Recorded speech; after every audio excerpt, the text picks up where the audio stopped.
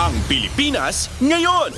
Narito na ang pinakamainit na mga balita na nakalap sa bawat sulok ng bansa. Ihahatid sa bawat Pilipino saan man kayo sa mundo. Ang Pilipinas ngayon. Pakinggan ang bawat kaganapan sa bawat lalawigan. Ito ang Pilipinas ngayon.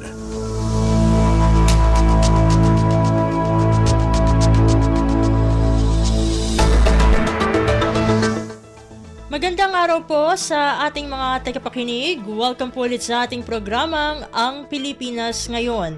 Sa ngalan ni Ven Blones, ito po si Steph Vicente. Samahan niyo po ako sa kabuuan ng ating palatuntunan.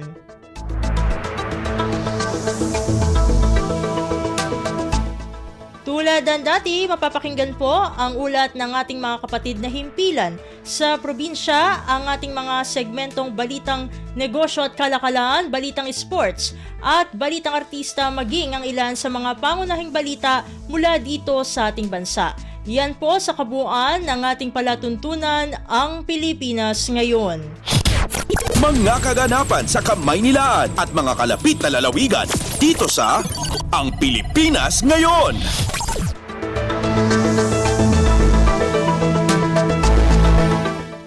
Sa mahahalagang balita, pinangunahan ni Pangulong Ferdinand R. Marcos Jr. ang inaugurasyon ng World-Class Controlled Climate Magnolia Poultry Farm.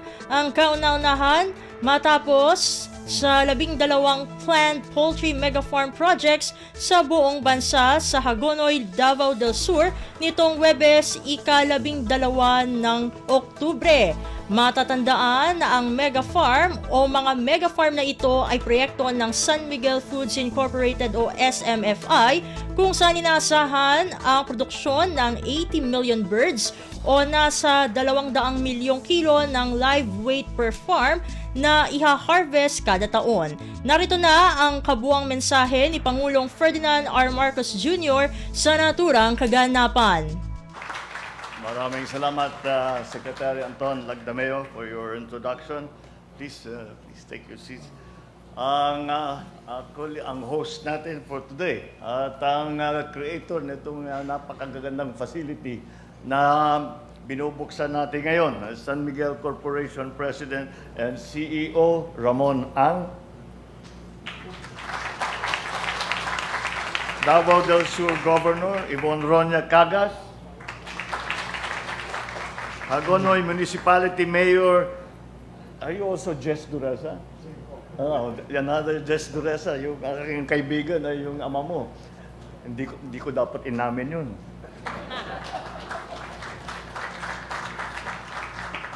The officials and employees, the men and women of San Miguel Foods Corporation, more specifically, my fellow workers in government, partners from the private sector, other distinguished guests, ladies and gentlemen, good morning. It is napapadalas yata ang balik ko dito sa inyo. Pangatlong beses na ako nakabalik dito sa Davao Sur. At binibisita ko yung aming kaibigan, ang dating Congressman Mark Cagas, na naging classmate namin ni Secretary Anton nung kami mga congressman. But the last time I was here was during the 56th Araw ng Digos celebration. Today, I am here to join all of you for the inauguration of the world-class controlled climate Magnolia Poultry Farm here in Hagonoy. I'm also delighted to lead the unveiling of San Miguel Foods marker in this facility. This poultry farm is envisioned to house 28 world-class climate-controlled farmhouses to ensure optimal conditions for poultry raising and production. It is expected to produce up to 80 million chickens annually to address the ever-increasing demand for poultry products in the region and the whole of Mindanao.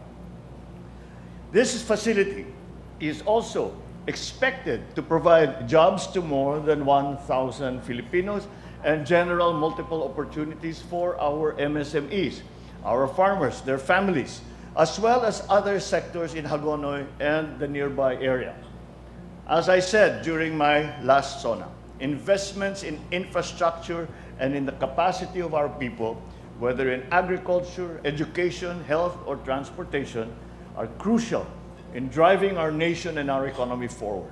Of the sectors I have mentioned, we put a high premium on investments in agriculture, as it is the key to combating hunger and poverty and achieving our goal of food sufficiency and security across the country. That is why I'm pleased that this facility is just the first of the 11 planned provincial locations nationwide under San Miguel Foods Poultry Mega Farm projects.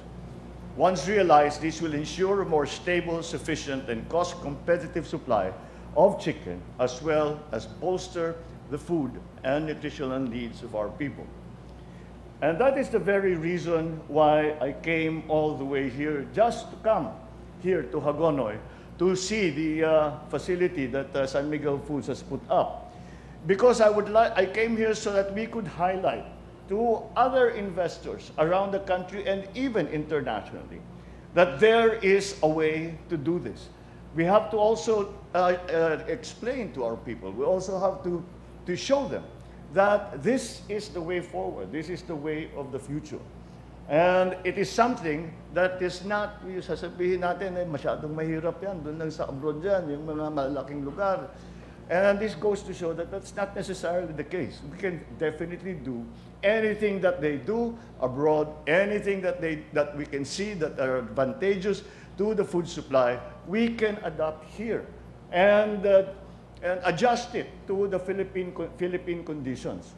But again, that for me is the most important part, is that people realize that this is the way forward. We can no longer depend on the informal production of food in the way that we have depended on for a very, very long time. Because the population density, the geopolitical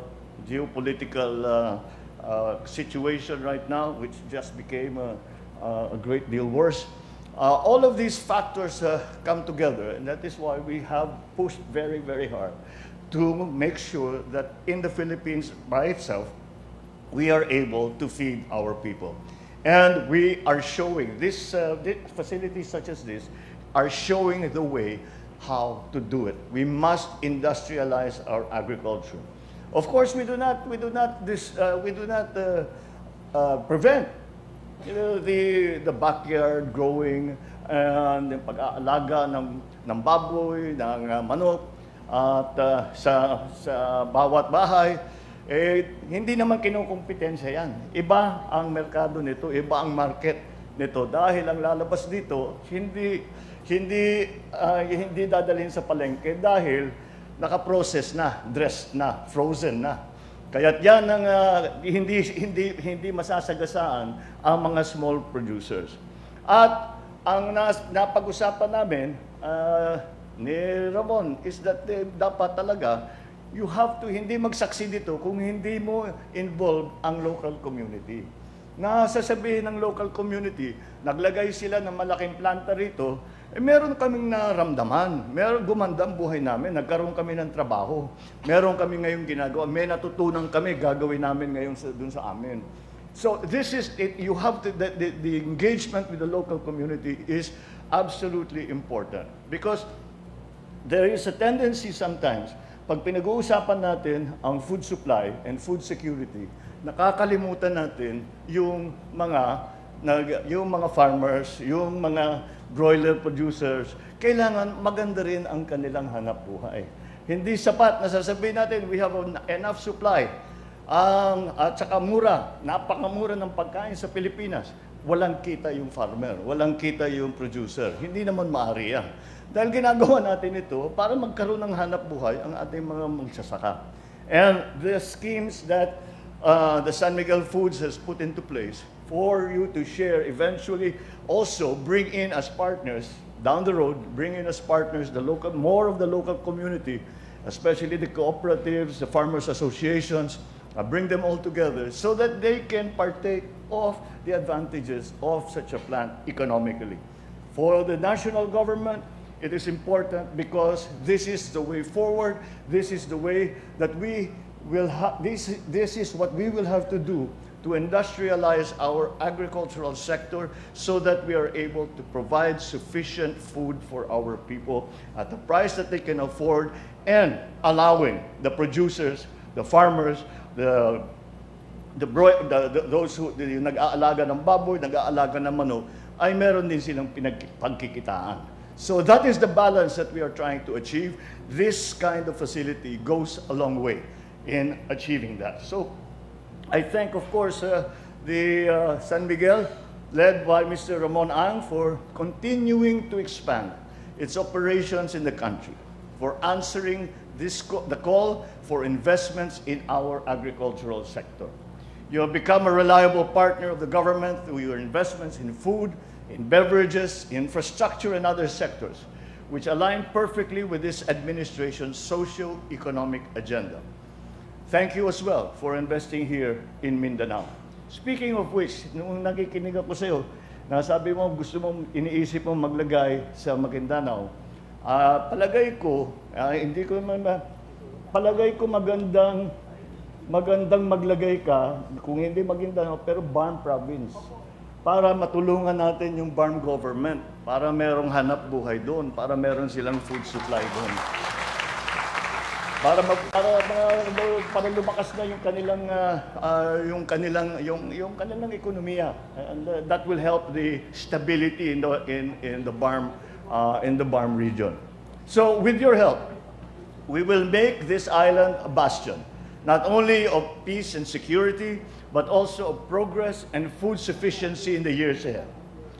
Rest assured that this government will continue to mitigate the adverse effects of diseases in your sector, particularly against avian influenza. We are starting, meron na palang bakuna ang avian influenza. So mag-a-acquire na tayo ng avian influenza vaccine. Yung swine flu, wala pa. Pinapilot pa lang, hindi pa lumalabas, hindi pa na-roll out. Ngunit yung sa avian flu ay mukhang effective na. Kaya bibili tayo para mabigyan natin at mabawasan yung mga kinakal dahil tinamaan ng avian flu.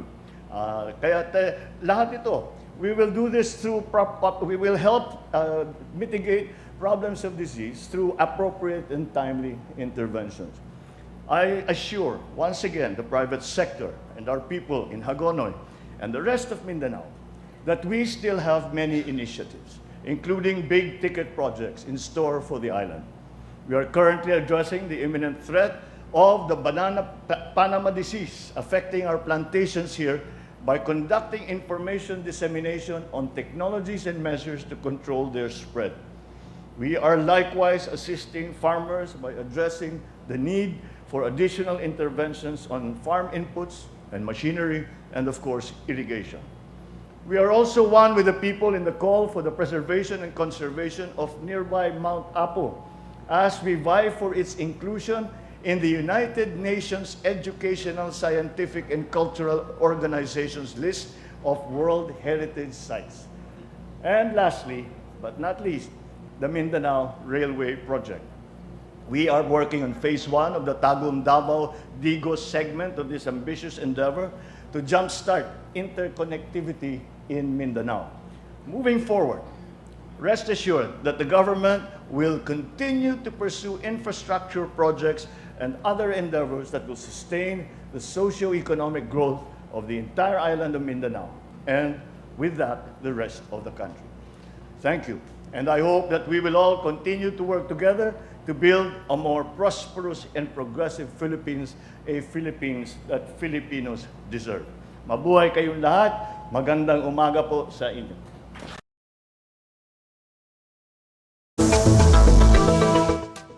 Si Pangulong Ferdinand R. Marcos Jr. Kumpleto, detalyadong balitaan, di papahuli sa mahahalagang kaganapan. Kamustahin ang inang bayan, ang Pilipinas ngayon.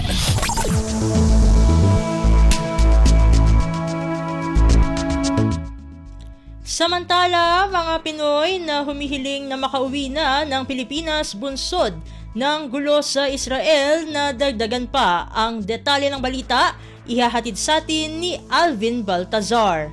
Halos doble na ang itinaas ng mga Pilipino na nais makabalik ng bansa dulot ng nagpapatuloy pa ring conflict sa southern part ng Israel. Sa Malacanang press briefing, sinabi ni DFA Undersecretary Eduardo de la Vega na mula sa 38 ay nasa 70 na ngayon ang umano'y nais ng umuwi pabalik ng bansa base na din sa report na nakararating sa kanila. Sinabi ni de la Vega na ang mga nagpahayag na Pinoy na nais makauwi ay mula sa Gaza subalit hindi pa kakayanin anya sa ngayon na ikasa ang repatriation. Ito'y dahil na din na mayroon pang blockade sa Gaza pati na ang borders papuntang Egypt. Ang gagawin anya nila ngayon ayon sa DFA official ay diplomatic approach sa ibang mga bansa upang mapakiusapan na buksan ang kanilang borders para matulungan ang ating mga kababayan na humihingi na ng repatriation. Pakinggan natin si DFA Undersecretary Eduardo de la Vega.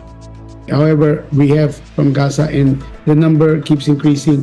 I believe yesterday I said there were about 38. According to Ambassador Wilfredo Santos, there are now 70. Mula sa Palasyo ng Malacanang, Alvin Baltazar, Radyo Pilipinas. Pasada ng mga balita mula sa Pilipinas para sa mga Pilipino saan man sa mundo. Ang Pilipinas ngayon.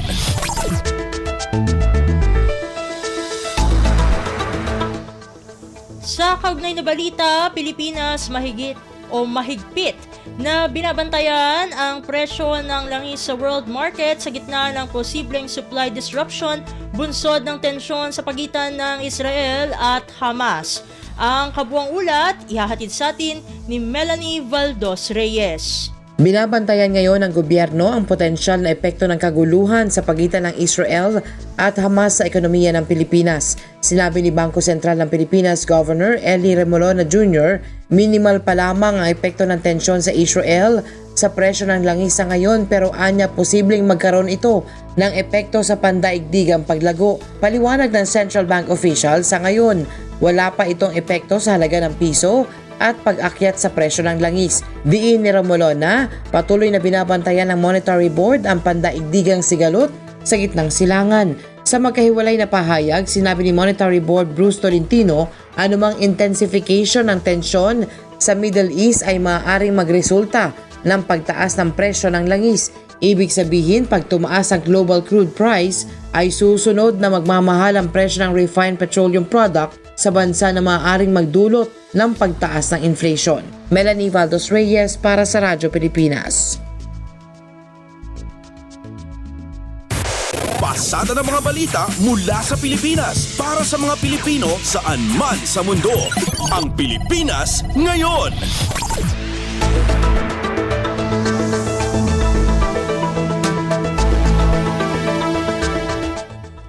Samantala, humanitarian workers sa Israel dapat na magkaroon ng free passage para tulungan ang mga naiipit sa gulo roon ayon sa International Committee of the Red Cross o ICRC. Ang detalye ng balita, ihahatid sa atin ni J. Mark Dagala.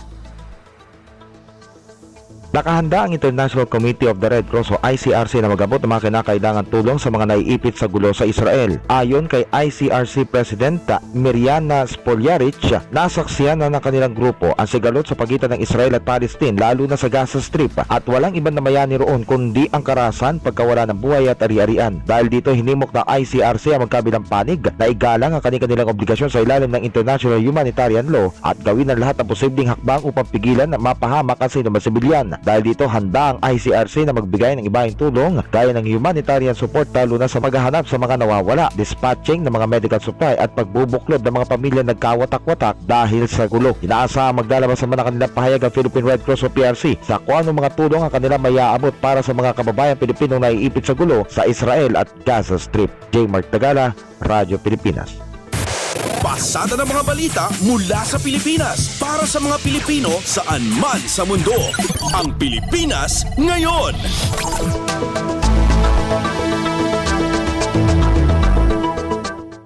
Sa iba pang mga balita, Batangas Solon hiniling sa pamahalaan na magpatupad na ng mandatory repatriation sa Israel at Gaza. Ang kabuang ulat, ihahatid sa atin ni Kathleen Forbes.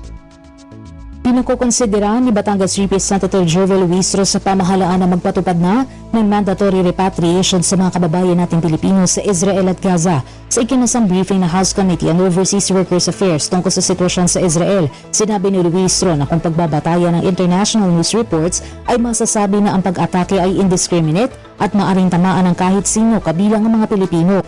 Kaya dapat ay iakyat na anya sa Alert Level 4 ang sitwasyon sa Israel at Gaza Strip upang maging mandatory o sa pilitan ng pagpapauwi sa ating mga kababayan. Sa kasalukuyan kapwa nasa Alert Level 2 ang Israel at Gaza. Ngunit ang Embahada ng Pilipinas sa Amman, Jordan na siya may sakop sa Gaza Strip ay inirekomenda na ang pag-akyat sa Alert Level 3 dahil mayroon ng 70 Pilipino na nagpahayag na gusto magpa-repatriate. Sa ilalim ng Alert Level 3, ang repatriation ay voluntary. When there is indiscriminate air bombing, ano ho bang appreciation natin sa level of safety ng ating mga kababayang Pilipino doon? For me, I think it calls for forced repatriation. I am talking only about the affected area in Gaza.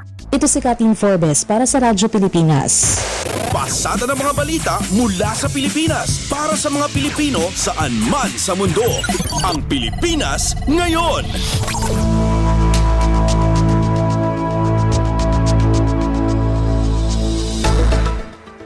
Samantala, Philippine Statistics Authority o PSA, iimbestigahan na ang napaulat na data breach sa kanilang sistema. Ang detalye ng balita, ihahatid sa atin ni Mary Ann Bastasa. Nagkasana ng investigasyon ng Philippine Statistics Authority o PSA sa umunoy data breach sa kanilang sistema. Ayon sa PSA, agad itong inactivate ang kanilang data breach response team para imbestigahan ito at nakikipagtulungan na rin sa ngayon sa National Privacy Commission, National Computer Emergency Response Team ng DICT at sa Anti-Cybercrime Group ng Philippine National Police. Lumalabas naman sa initial assessment ng ahensya na posibleng limitado lang sa community-based monitoring system ang naapektuhan sa kanilang sistema na ngayon ay inaalam na kung may nakompromisang datos at impormasyon. Maliban dito, wala anyang dapat ipaglala ang publiko dahil hindi apektado at ligtas ang mga datos sa Philippine Identification System of PhilSys at maging sa Civil Registration System. Sa ngayon ay nagpapatupad na rin ang PSA ng karagdagang preventive at containment measures para matiyak ang seguridad at integridad ng lahat ng sistema at database ng ahensya. Kasunod nito ay nabisuhan naman ng PSA ang publiko na huwag mag-click ng anumang social media post na naglalaman ng umunoy sample data dahil maaaring may laman itong malware na ginagamit naman ng cybercriminals. Ito si Mary Ann Bastasa para sa Radyo Pilipinas. Kumpleto, detalyadong balitaan, di papahuli sa mahahalagang kaganapan. Kamustahin ang inang bayan, ang Pilipinas ngayon.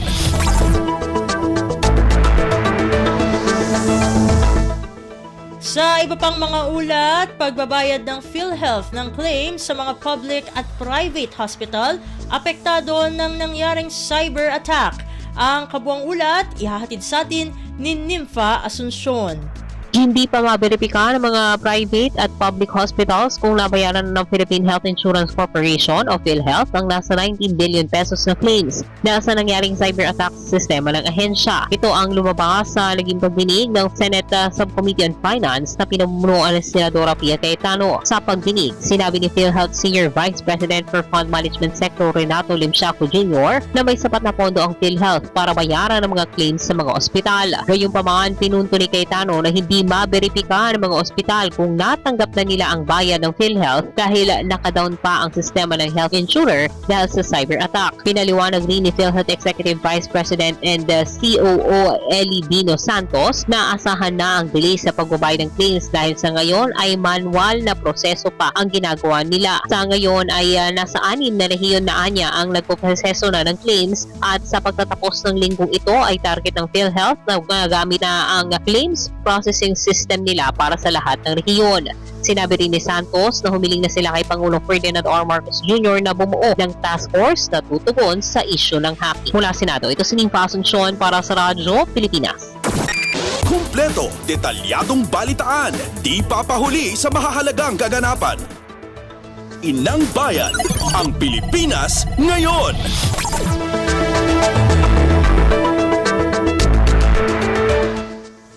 Samantala, nagkaloob ng tulong pinansyal ang Department of Social Welfare and Development o DSWD sa pamilya ng 3 mangingisdang Pinoy na nasawi matapos mabangga ang kanilang bangkang pangisda sa Bajo de Masinloc. Ayon sa DSWD, agad na naasikaso at naihatid na ng kanilang Central Luzon Field Office ang financial aid sa pamilya ng mga mangingisda. Tumanggap ang bawat isang pamilya ng tig 10,000 pesos na burial assistance sa ilalim ng Assistance to Individuals in Crisis Situation o AICS at kahon-kahong mga family food packs o FFPs. Bukod sa kanila, naghatid rin ng cash assistance na tig 5,000 pesos ang DSWD Field Office 3 sa 11 mangingisda na nakaligtas sa insidente. Ayon sa DSWD, patuloy na tututukan ng kanilang Central Luzon Field Office ang lagay ng pamilya ng mga mangingisda para sa iba pang maaaring maitulong ng pamahalaan. Pasada ng mga balita mula sa Pilipinas para sa mga Pilipino saan man sa mundo. Ang Pilipinas Ngayon.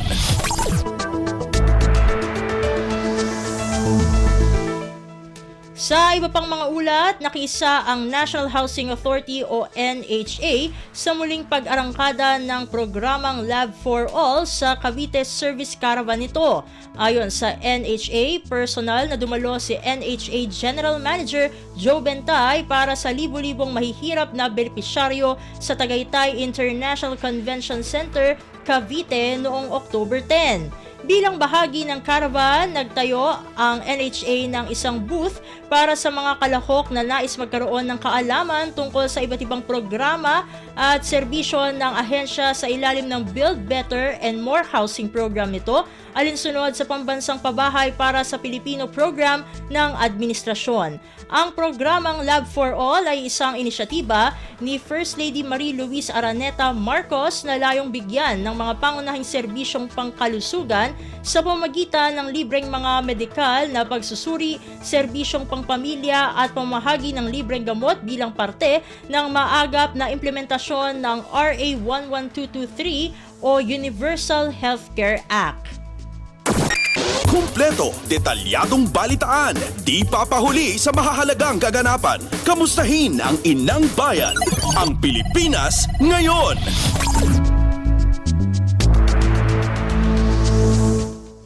Samantala, naniniwala ang 33% ng mga Pilipino na bumuti ang kalidad ng kanilang pamumuhay kung ikukumpara noong nakalipas na 12 buwan, batay yan sa survey ng Social Weather Station o SWS.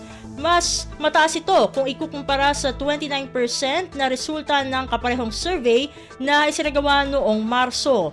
Sa survey na isinagawa mula June 28 hanggang July 1, bumaba rin sa 22% ang nagsabing lumala ang kondisyon ng kanilang pamumuhay ngayong taon. Samantala, 45% naman ang naniniwalang walang nagbago o parehas lang ang kalidad ng kanilang pamumuhay ngayon kung ikukumpara sa nakalipas na 12 buwan. Nagresulta naman ito ng 6 na net gainer score na mas mataas kumpara sa puntos noong Marso ng taong 2023. Gayunpaman, 7 puntos pa rin itong mas mababa kung ikukumpara sa pre-pandemic level na may high o positive 18 noong 4th quarter ng 2019. Kung hihimayin naman ang mga datos sa rehiyon ay malaki ang itinaas sa bilang ng mga Pinoy na gumanda ang kalidad ng buhay sa Metro Manila. Ito ay nakapagtala ng net gainers na positive 18 mula sa positive 2 noong Marso. Malaki rin ang itinaas sa Visayas na mula sa mediocre at naging very high ang net gainer score habang nananatili rin itong mataas sa Balance Luzon at Mindanao. Isinagawa ang 2nd quarter 2023 Social Weather Survey sa pamamagitan ng face-to-face interviews sa 1,500 adults nationwide. Pasada ng mga balita mula sa Pilipinas para sa mga Pilipino saan man sa mundo. Ang Pilipinas Ngayon.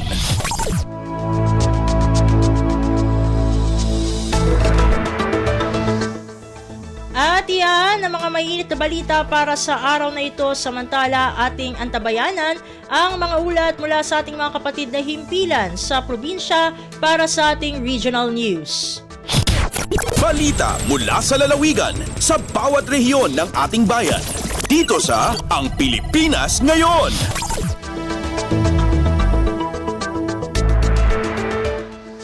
Narito na ang bugso ng ating mga regional news. Pumunta naman tayo sa rehiyon ng Luzon. Lawag City Health Office nagpaalala ukol sa pagsasagawa ng 4S kontra dengue. Ang kabuang ulat ihahatid sa atin ni Jude Pitpitan mula sa Lawag. Pagpalagip ti City Health Office dito sa Dilawag, ti pan naka-implementar ti 4S when search and destroy, seek early consultation, secure self-protection measure, can support fogging or spraying only in hotspot areas kontra iti dengue. Kinuna ni Dr. Joseph Adaya, City Health Officer, panawan na at talaga ita nga bulbulan, gapo iti may patupatok atudo. Kinuna ni Adaya, ano agtudo, kat nasken nga maipatog dagiti mabalin apagumukan dagiti lamok, kapnon kasta maliklikan iti nagaduda. Inaluwag ni Adaya ano ti fogging laeng ti maobra, malaksid tanangin na dagiti reagents ag sublinto latta dagiti lamok gapo ta makaitlog damet no saan ama ipatog dagiti pagumukan da. Manik detoy umababutan ti agarup sa ngagasot ti kaso ti dengue anay maldit iti City Health Office sipod iti bulan ti Enero 2023. Daytoy ni Jude Pitpitan manipod iti Radyo Pilipinas Lawag para iti Radyo Pilipinas World Service. Balita mula sa lalawigan sa bawat rehiyon ng ating bayan. Dito sa Ang Pilipinas Ngayon.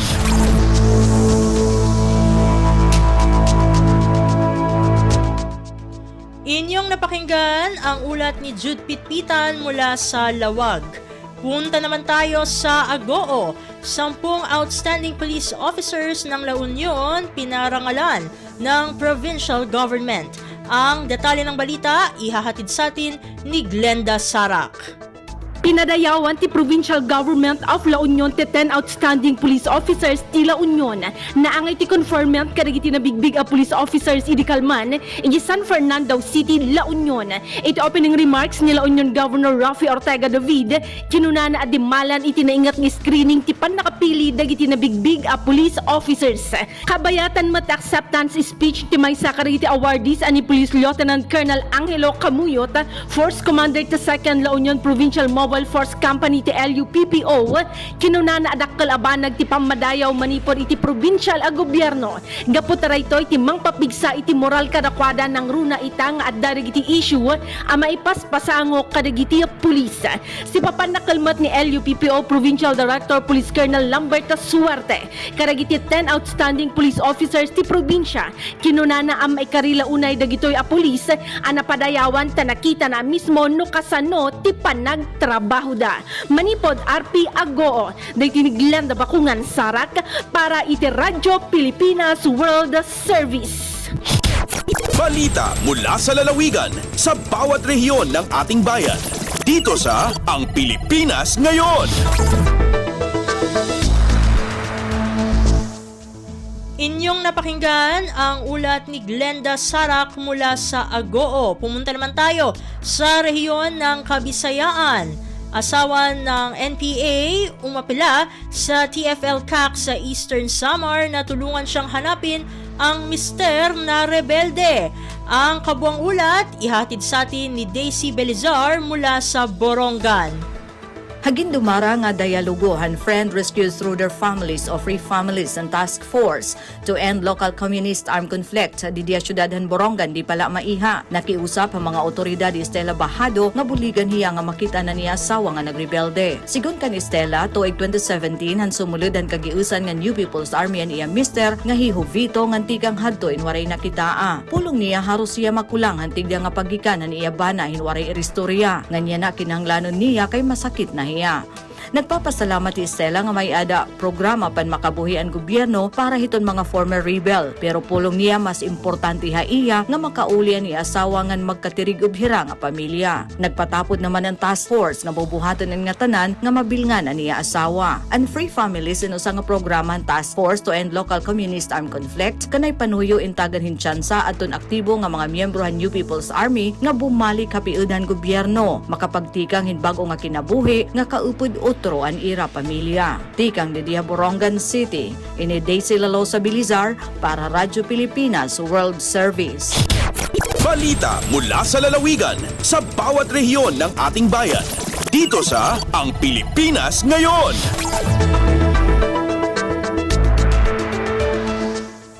Inyong napakinggan ang ulat ni Daisy Belizar mula sa Borongan. Dakoy naman natin ang Sogod. Serbisyo ng pamahalaan umabot sa mga katutubo sa lalawigan ng Southern Leyte. Pakinggan ang detalye ng balita mula kay Ria Mikate. Nakatagamtam sa deklaseng serbisyo sa gobyerno ang pipila ka indigenous people sa probinsya sa Southern Leyte, partikular na sa lungsod sa St. Bernard. Kini atol sa gihimo nga duha ka adlaw nga collaborative program alang sa mga sakop sa tribu mamanwa ni Oktubre 10 ug 11 sa Barangay Bantaon. Ubos sa pagpanguna sa Technical Education and Skills Development Authority Contesta Southern Leyte Provincial Office o sa Tech Vox Schools Association in Southern Leyte, libreng medical check-up, vitamina, tambal, school supplies, food packs ug cash assistance ang natagamtam sa 168 ka benepisyaryo. Dugang ni ana gipaubos sa usaba makini sa pagbansay bahin sa organic fertilizer ug orientasyon bahin sa matawhanong katungod niini ubos sa Republic Act No. 8371. Sa pakikinabi sa Radyo Pilipinas kang TESDA Southern Leyte Provincial Director Rolando Padi, gipadayag niini nga gipasugdahan nila ang naasong kalihukan ubos sa TESDA sa barangay program sa tinguha nga marekognara mga IP sa naasong nga lungsod subay sa pagsaulog sa Indigenous Peoples Month. Ang ayan masayran nga nagmalampuso ng maong kalihukan pinaagi usab sa suporta sa Southern Leyte Provincial Government, LGU St. Bernard ug sa uban pang nasudang ahensya sa gobyerno din hiniusang nagpakita og suporta sa mga IP pinaagi sa pagperma sa Pledge of Commitment. Gikan sa Radyo Pilipinas sugod kini sa Ria Mikati alang sa Radyo Pilipinas World Service. Balita mula sa lalawigan sa bawat rehiyon ng ating bayan. Dito sa Ang Pilipinas Ngayon.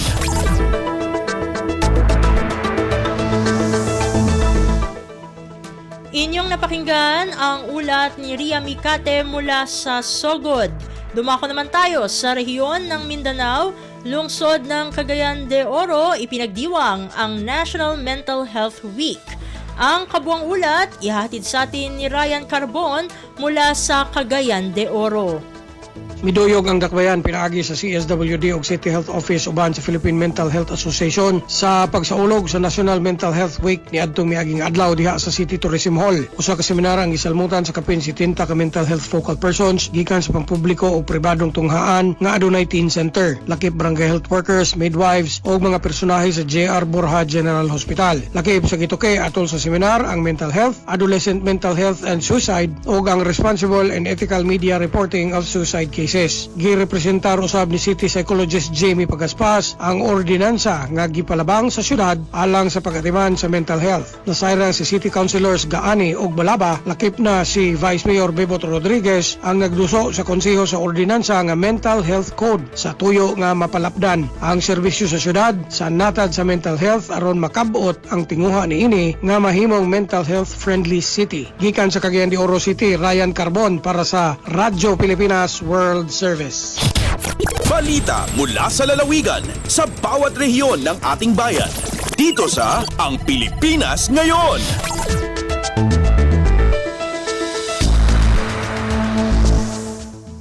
Inyong napakinggan ang ulat ni Ryan Carbon mula sa Cagayan de Oro. Pumunta naman tayo sa Zamboanga. 8 dagdag na bagong modernized PUJ inilunsad sa lungsod ng Zamboanga. Narito ang ulat mula kay Shirley Espino. Ya prinsipya man biyahe na diferente mga ruta na syudad de Zamboanga el 8 aumento mga modernized jeepney class 2 bajo na PUJ modernization program. Ese después conducir recientemente el launching del tercer batch del mga modernized jeepney LZC Tri-J's Transport Incorporated como suporta na Public Utility Vehicle Modernization Program de gobyerno. El Land Transportation Franchising and Regulatory Board o LTFRB9 junto con el local executives elia permiti con el Tri-J's Incorporated para man biyahe na mga designaw ruta aquí na syudad. Objeto del programa de gobyerno amo para puede darle mas vale public land transport experience con el mga commuter por medio del modernized jeepney y también darle decente trabajo con el mga driver y operator. Desde aquí na Radyo Pilipinas Zamboanga, este si Shirley Espino para na Radyo Pilipinas World Service. Balita mula sa lalawigan sa bawat rehiyon ng ating bayan. Dito sa Ang Pilipinas Ngayon.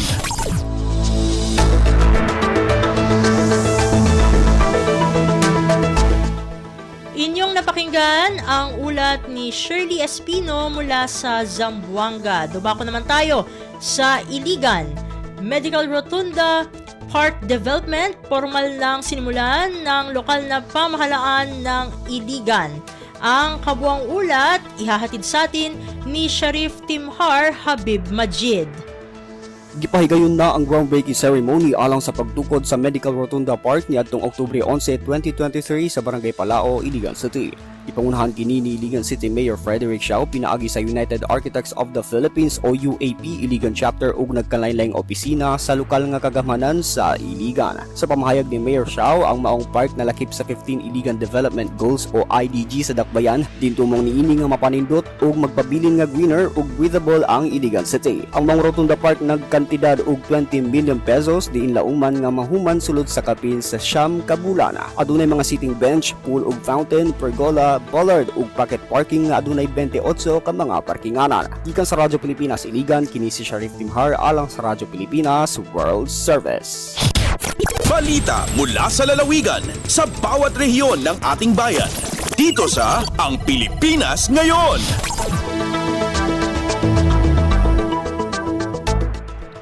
Inyong napakinggan ang ulat ni Sharif Timhar Habib Majid mula sa Iligan. At dito na natatapos ang ating regional news. Dumako naman tayo sa ating segmentong Balitang Negosyo at Kalakalan na ihahatid sa atin ng ating kasamang si Bea Gaza. Lagay ng ekonomiya, kalakalan, negosyo at iba pa. Atin ang alamin dito sa Ang Pilipinas Ngayon. Magandang araw, narito ang Balitang Negosyo at Kalakalan. Nakatanggap si Department of Trade and Industry o DTI Secretary Alfredo Pascual ng 2 letters of intent o LOIs at sinaksihan ang paglagda sa business deal sa kanyang naging business trip sa Australia para sa joint ministerial meeting. Kabilang sa LOIs na ito ang pagpapaunlad ng thorium-fired nuclear reactor ng Southern Infrastructure Party Limited at Kaizen ANZ Party Limited at ang pananaliksik sa kolaborasyon sa pagitan ng Algae Harvest Party Limited at Cyclone Party Limited para sa paggamit ng algae upang gawin ang mga basura na high-value products. Lumagda rin ang Cyclone ng Memorandum of Understanding o MOU sa National Development Company o NDC para iproseso ang Municipal Solid Waste o MSW at gawin itong energy. Maliban pa sa 3 Australian firms, nakatanggap din si Pascual ng pahayag ng interes mula sa Fortescue Metals Group Limited upang mamuhunan sa hydrogen na gagamitin sa transportasyon. Idinaos ng Pilipinas at Australia ang 6th Ministerial Meeting o PAMM sa Adelaide, ang kauna-unahang face-to-face PAMM matapos ang coronavirus disease 2019 pandemic. Ayon sa kalihim, nais nitong palakasin ang kolaborasyon sa pampubliko at pribadong sektor ng Australia sa larangan ng agrikultura, edukasyon, mineral at clean energy. Sinabi naman ni Australian Trade and Tourism Minister Don Farrell na idinagdag ng Australia ang Manila bilang isa sa lokasyon para sa kanilang pamumuhunan sa ilalim ng Southeast Asia Economic Strategy 2040. Lagay ng ekonomiya, kalakalan, negosyo at iba pa. Atin ang alamin dito sa Ang Pilipinas Ngayon.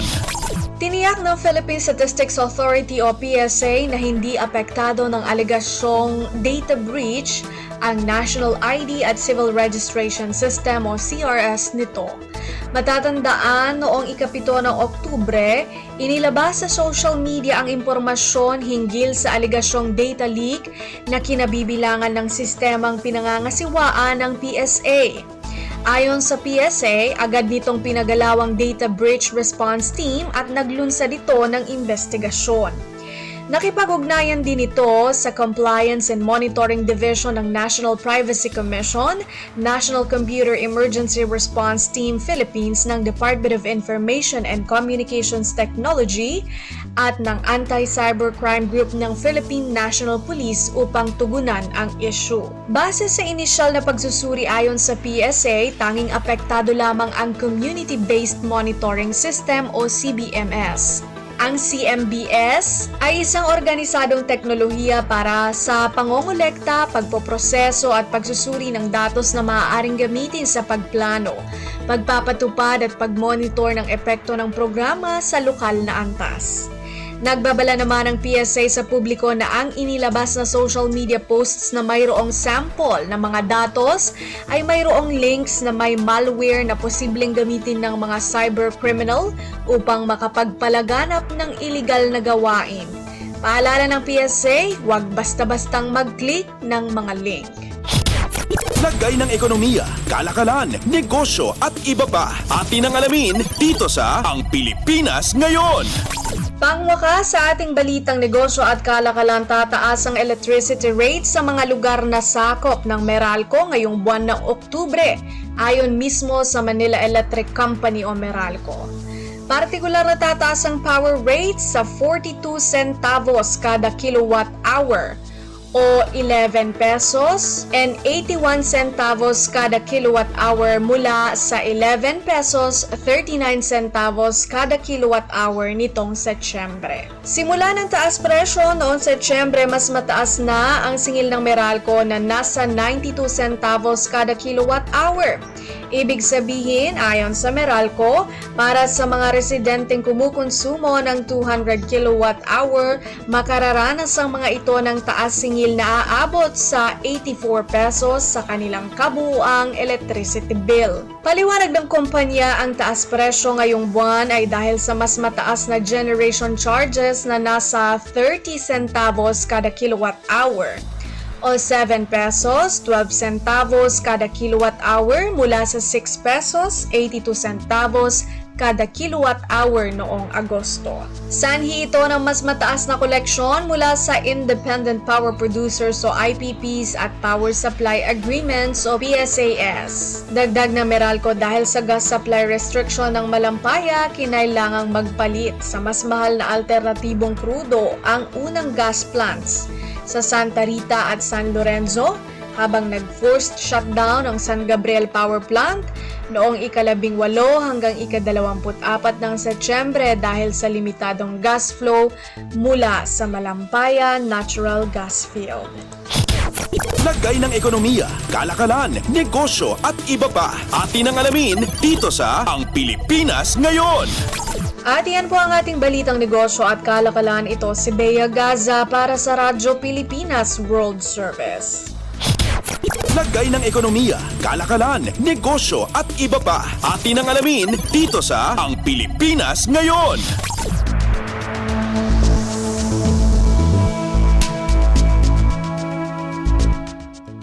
Maraming salamat, Bea, para sa ating segmentong Balitang Negosyo at Kalakalan. Narito naman ang ating segmentong Balitang Sports na ihahatid sa atin ng ating kasamang si Leo Magpayo.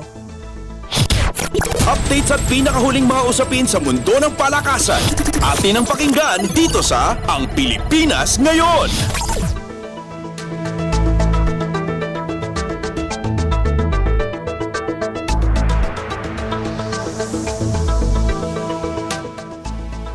Magandang araw, narito na po ang Sports Balita. Tinalo ng Chiba Jets ng Japan ang Token Tech sa pagbubukas ng 2023 East Asia Super League o EASL na ginanap sa Funabishi Arena sa Chiba.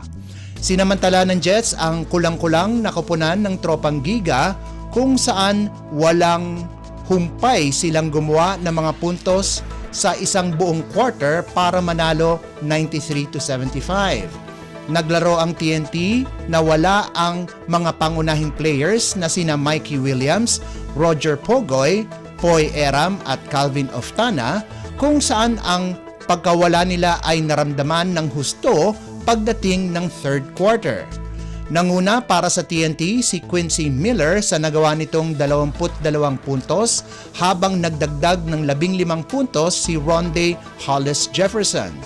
Sa kabilang banda, pinangunahan nina Ira Brown at DJ Stevens ng Chiba sa nagawang 19 na puntos bawat isa at nagabag din si Ren Kanachika ng 18 puntos. Maglalaban muli ang dalawang koponan sa Nobyembre 1 kung saan magiging host ang TNT laban sa Chiba na gaganapin naman sa Santa Rosa, Laguna. Updates at pinakahuling mga usapin sa mundo ng palakasan. Atin ang pakinggan dito sa Ang Pilipinas Ngayon.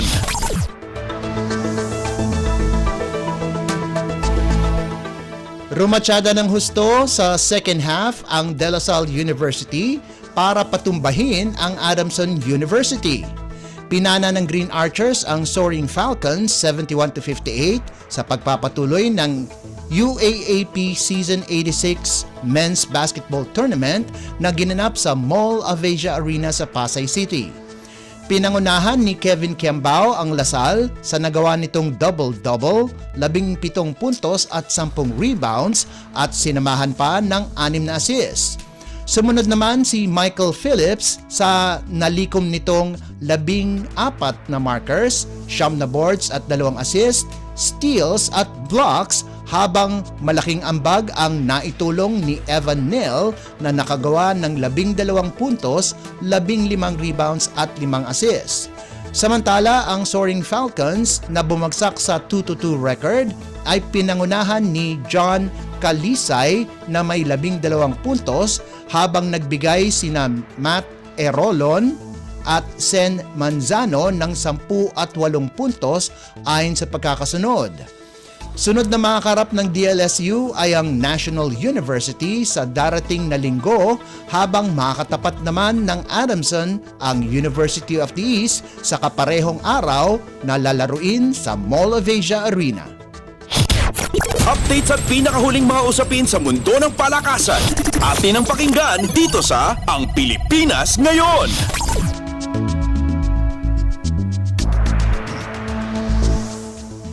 Ibinigay ng Emilio Aguinaldo College ang unang talo ng University of the Philippines sa pagpapatuloy ng NCAA Season 99 Tournament pagkatapos kunin ang 83-76 overtime win ng ginanap sa PhilOil Eco Oil Center sa San Juan.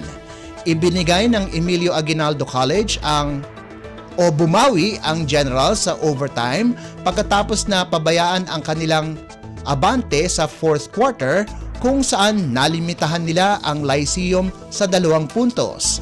Gumanda ang record ng EAC sa 3-3 habang 6-1 win-loss record na ang Lyceum. Nagkaroon din ng tsansa ang Generals para makapasok ng Final Four kung saan huli silang nakapasok 14 na taon na ang nakakalipas. Nanguna para sa Generals si King Gortiza sa nagawa nitong team high 18 puntos kasama ang clutch basket para mapaabot ang laban sa overtime. Sina Nat Cosejo, Ralph Robin at Nicole Kinal ang bumida sa overtime sa nagawa nilang 14, 13 at 11 puntos ayon sa pagkakasunod. Hindi naman nakapaglaro si Sean Umali ng Lyceum dahil sa suspensyon kung saan siya gumawa ng unsportsmanlike foul sa kanilang huling laro. Nanguna naman si John Bravo ng Pirates sa nagawa nitong 18 puntos. Sa ikalawang laro, humataw si Clint Escamis para pangunahan ang Mapua sa 77-71 panalo laban sa defending champion Coleo San Juan de Letran. Nakakuha ng 8 steals si Escamis bukod sa 20 puntos, 7 rebounds at 5 assists, habang naka-double-double si Mark Cuenco sa nagawa nitong 20 puntos at 10 rebounds. Nanguna naman si Deo Quaho sa score niyang 20 puntos para sa Letran. Nasa ikalawang pwesto sa standings ang Mapua na may 5-1 record habang bagsak sa 0-6 kartada ang Letran. Updates at pinakahuling mga usapin sa mundo ng palakasan. Atin ang pakinggan dito sa Ang Pilipinas Ngayon.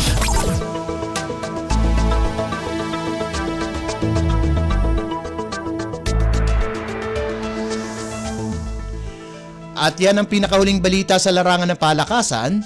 Para sa Radyo Pilipinas World Service, ito po si Leo Magpayo. Magandang araw. Updates at pinakahuling mga usapin sa mundo ng palakasan. Atin ang pakinggan dito sa Ang Pilipinas Ngayon.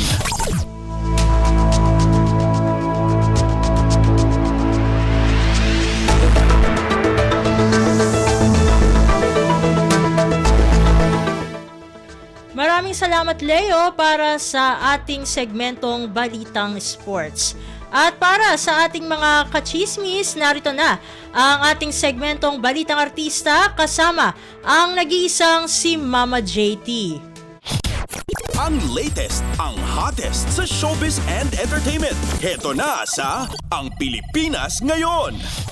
Hello! Magandang araw sa ating mga chismoso at chismosa na nag-aabang ng ating balitang artista. Nandito na ulit si Mama JT para maghatid ng mga trending na balita sa mundo ng showbiz. O ito na, ang ratsyada ng mga chika. Todo ang pasasalamat ng Asia's Limitless star na si Julie Ann San Jose sa lahat na nagdasal para sa kanilang kaligtasan matapos nga abutan ng lockdown sa Israel. And ito ang mga kachismis, magko-concert sana sila ng kanyang boyfriend na si Raver Cruz kasama ang komedyanteng si Bubay sa Tel Aviv, Israel. Ngunit nakansela nga dahil sa pagsiklab ng gyera doon. At ligtas na nakabalik ang mga kachismis sa Pilipinas ang kapuso couple si Bubay at ang buong production ng Love Trip pa concert. Mensahe ni Julian sa kanilang paglapag sa airport, and we quote, "Maraming salamat po ulit sa lahat ng inyong mensahe at dasal para sa aming kaligtasan." And pagpapatuloy pa niya, "Our hearts go out to our kababayans, everyone in the Middle East and the other parts of the world who are suffering from this conflict." And dagdag pa ng kapuso singer, "We continue to pray for peace. We pray for the world." O, diba? Correct naman tayo dyan, mga kachismis. Lagi nating ipag-pray ang kapayapaan para sa mundo. And bago pa magkaroon ng gyera sa Israel, nakapaglibot pa itong dalawa sa ilang tourist spots doon. And base na rin sa mga litrato at video na kanilang ipinost sa Instagram. And nakatakta sana maganap ang love trip pa sa Small Lars Auditorium sa Tel Aviv University. Ngunit nakansela ito dahil sa matinding kaguluhan doon. And ang pagbabahagi ni Raver, Julian at Bubay, safe naman sila sa Tel Aviv na sumiklab ang gyera doon. Pero talagang naririnig nila raw ang mga nagaganap na pagsabog mula sa mga kalapit na lugar. And nalungkot at nanghinayang naman ang buong grupo na hindi na natuloy ang kanilang concert.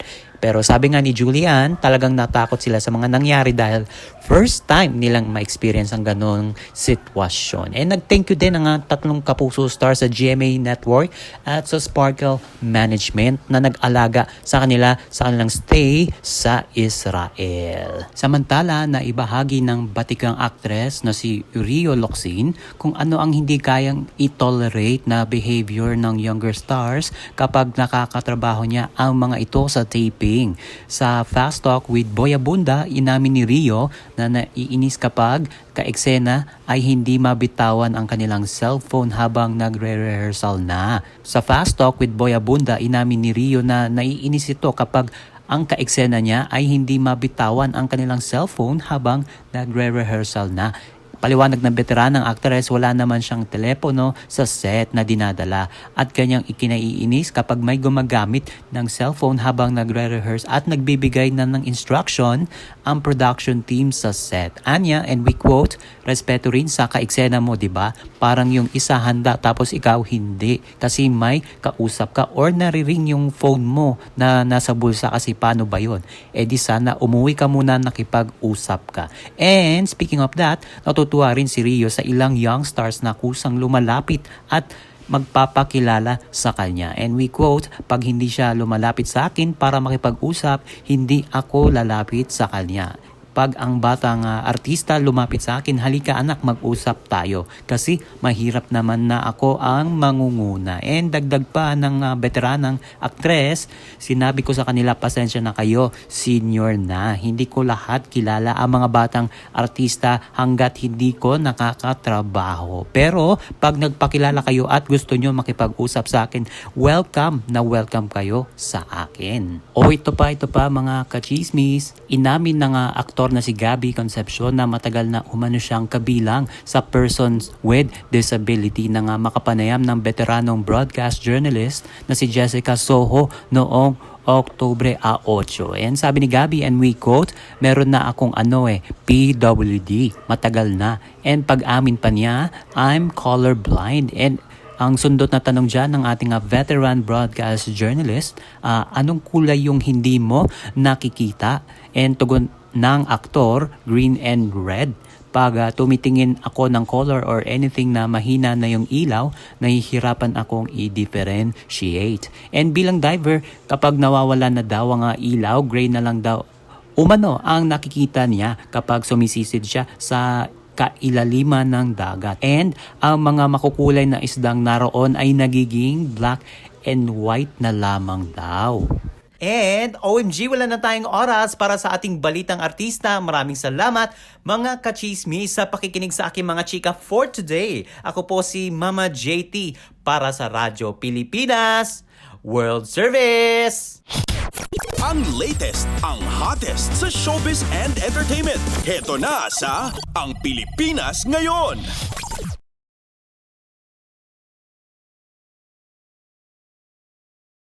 Maraming salamat Mama JT para sa ating segmentong Balitang Artista. At yan po ang kabuuan ng ating programa para sa araw na ito. Magpapasalamat muna tayo sa ating mga nakasama sa ating transmitter site sa Tinang, sa studio. Kasama natin sina Milo Janela, Susan Aison at Anthony Pimentel. Maraming salamat din sa mga naghatid ng mga ulat mula sa Kamaynilaan at mga probinsya, pati na rin ang naghatid sa atin ng segmentong Balitang Negosyo at Kalakalan na si Bea Gaza at ng segmentong Balitang Sports na si Leo Magpayo. Maging ang naghatid sa atin ng ating segmentong Balitang Artista na si Mama JT. At syempre, maraming salamat sa ating station manager na si Mr. Ray Sampang. Maraming salamat po hanggang sa susunod na edisyon ng ating palatuntunan. Huwag pong kalimutang i-like, i-follow at mag-subscribe na sa ating mga social media account o page para maging laging updated sa mga mahalagang balita. Sa ngalan ni Ven Blones, ito po si Steph Vicente. Mabuhay po tayong mga Pilipino. At yan ang Pilipinas Ngayon.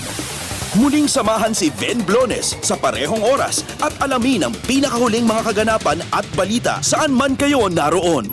Ang Pilipinas Ngayon!